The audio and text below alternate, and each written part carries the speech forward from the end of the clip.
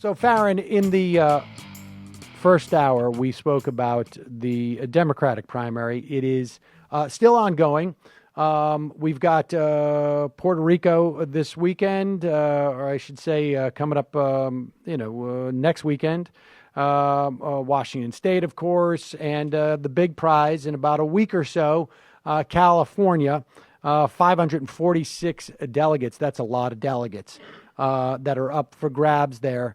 But and then, of course, places like New Jersey and some others that will follow, Washington, D.C. At the end, or I should say mid-June. But the Republican race is over. And it is, do you remember, if you remember back, Farron, I know this is a long time ago to recall, but like 3 or 4 weeks ago where there was a thing called Never Trump in the Republican Party. And do you remember even like 6 months ago where the Republicans were like, no way, we would never support this guy. We would never. Donald Trump is so out there. He's so insane. He's such a joke. He's a laughingstock. The man has no qualifications to be president. Never mind, this isn't a guy you'd necessarily want to put in front, in charge of, watching a kindergarten class for a period of time. Never mind, teach them anything. And, well, of course, that has gone out the window with a whimper. Lindsey Graham, he's denying it by the end of the week, but certainly there were reports, and it would be strange. It's not like he's some type of prize. Lindsey Graham, the guy who literally was just humiliated by Donald Trump, said that he was poisonous. Basically going and telling his Republican colleagues, got to support Donald Trump. So Donald Trump is not only the presumptive nominee, this is who the Republican Party is now. It is. It's who they've been for a while. Right. But what's funny is that, it was 2 days after Donald Trump was officially, where we pull out that old word again, the presumptive nominee. And then you had all this backlash. We'll never support Trump, never support him.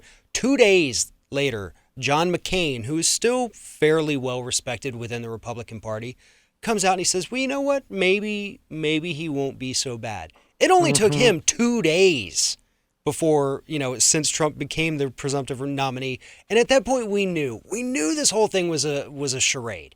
And what it does is it gives these people, these elected Republican officials who think people respect them, the ability to say, well, look, hey, I didn't like him, so no wonder, it's okay that we lost. I don't stand by his statements.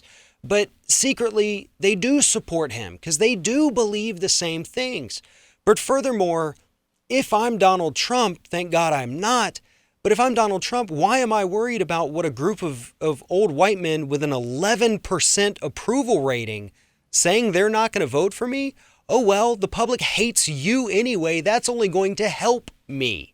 So I think it's very interesting and completely predictable that they would all slowly start to rally around Trump. Because as you said, it's the same thing. He is the Republican Party. Instead of taking money directly from billionaires, now it's, hey, let's just put a billionaire, if he really is one, in office. Well, I mean, he's going to have to raise money, and he's trying desperately to do that now. He's trying to convince, you're going to need more than just Sheldon Adelson. There was a story from the New York Times saying that there were some Republican big money donors who are balking at it. They can afford to do that. But the reality is that the Republican Party, the conservative movement, has it's revealed itself to be, and this is something that we've been saying on this program for years. I wrote a book about it in 2006, that the Republican Party is no longer, and the conservative movement is no longer about an ideology. It's not ideological, it's tribal. It is almost impossible. I mean, there are certain policy positions that Trump has that he has to be careful about in terms of alienating the conservatives. He came out 2 weeks ago with a list of 11 justices from the essentially handpicked by the Heritage Foundation as to who he would pick to be on the Supreme Court. And they were as sort of right wing as Ted Cruz's picks would be. So he is watching that marker. But again, that's tribal. It is not even ideological because there's no ideology that Trump has espoused. I mean, it's been a mishmash of right wing talking points, all of which, when he gets questioned upon, are considered suggestions. He has shown himself to have, I mean, what about a week ago, he said that Egyptian airline flight was, I don't care what anybody says, definitely 100% terrorism. By midweek, the Egyptian authorities are saying, probably not terrorism. I mean, the guy is a loose cannon. He is ideologically unmoored. He is feeding only his own ego and narcissism. However, the bottom line, we know that the voters who are voting for him have, if not an issue set, at least a sort of like a checkoff as to what constitutes being a member of the tribe that they have. You know, you got to clutch your guns tightly.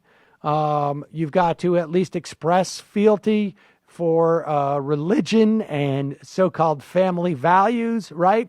But you've got to basically be nativist.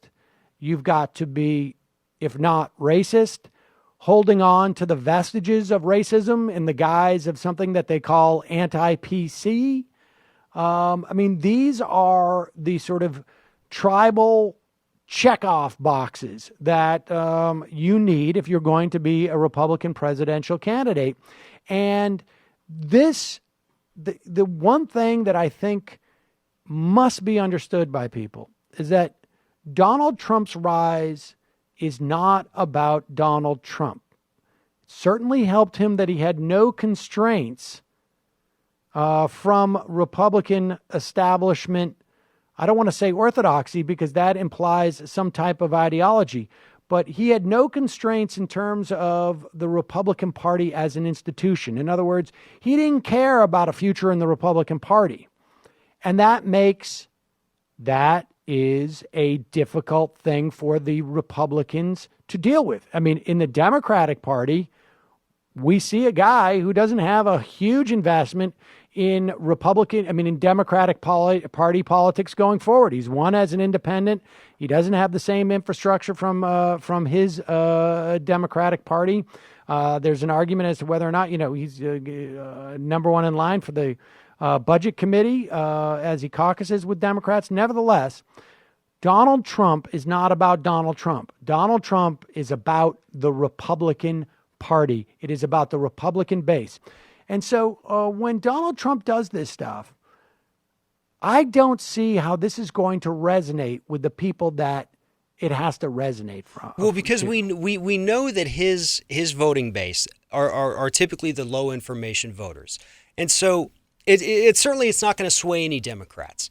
It probably is not going to sway any independents when he starts digging up all the old Clinton things that were settled 20 years ago. But it is going to fire up those Republicans, and it's going to force them to get to the polls. Even some of the ones who say, well, maybe I still don't like Trump and I don't know if I'm going to vote. That's the purpose of all of this. And just imagine, here is the other part that's going to be an issue, is what happens when we finally get to a debate. If Hillary Clinton is sitting there talking policy, and then you have the Trump on the other side, well, Vince Foster. I mean, those are his talking points, and he will do his best to pull her into these sophomoric debates. And I don't think I think Hillary Clinton during the entire primary season has been the best debater that we have seen. But there's only so much a person can take. And so who breaks first? Is she going to drag him into policy discussions? I don't think so, because that's not who he is. And so, I do not believe any of these should even be issues. Trust me on that. I'm just saying Trump does have a strategy with doing this, and it's a long game strategy. His goal is to make these so big that she's going to be asked about it in a debate. And our media is dumb enough to do that. Well, I certainly agree with you there. I mean, the media is going to be chasing after this quite a bit. The question is, going into September, has this all stuff played out? But I think your point's well taken that he is attempting to fire up a base. I saw a poll the other day that showed that 50% of Donald Trump supporters are voting specifically to vote against Hillary Clinton. And that 50% of Hillary Clinton support is specifically there to vote against Donald Trump in a general election. But the fact is that the number of Clinton haters, I think, has been fairly static for 20 years. And the number of Trump haters, I think, is going through the roof. TheRingOfFire.com. Honest, hard-hitting news free from corporate influence. Your destination for progressive news, commentary, and interviews. TheRingOfFire.com.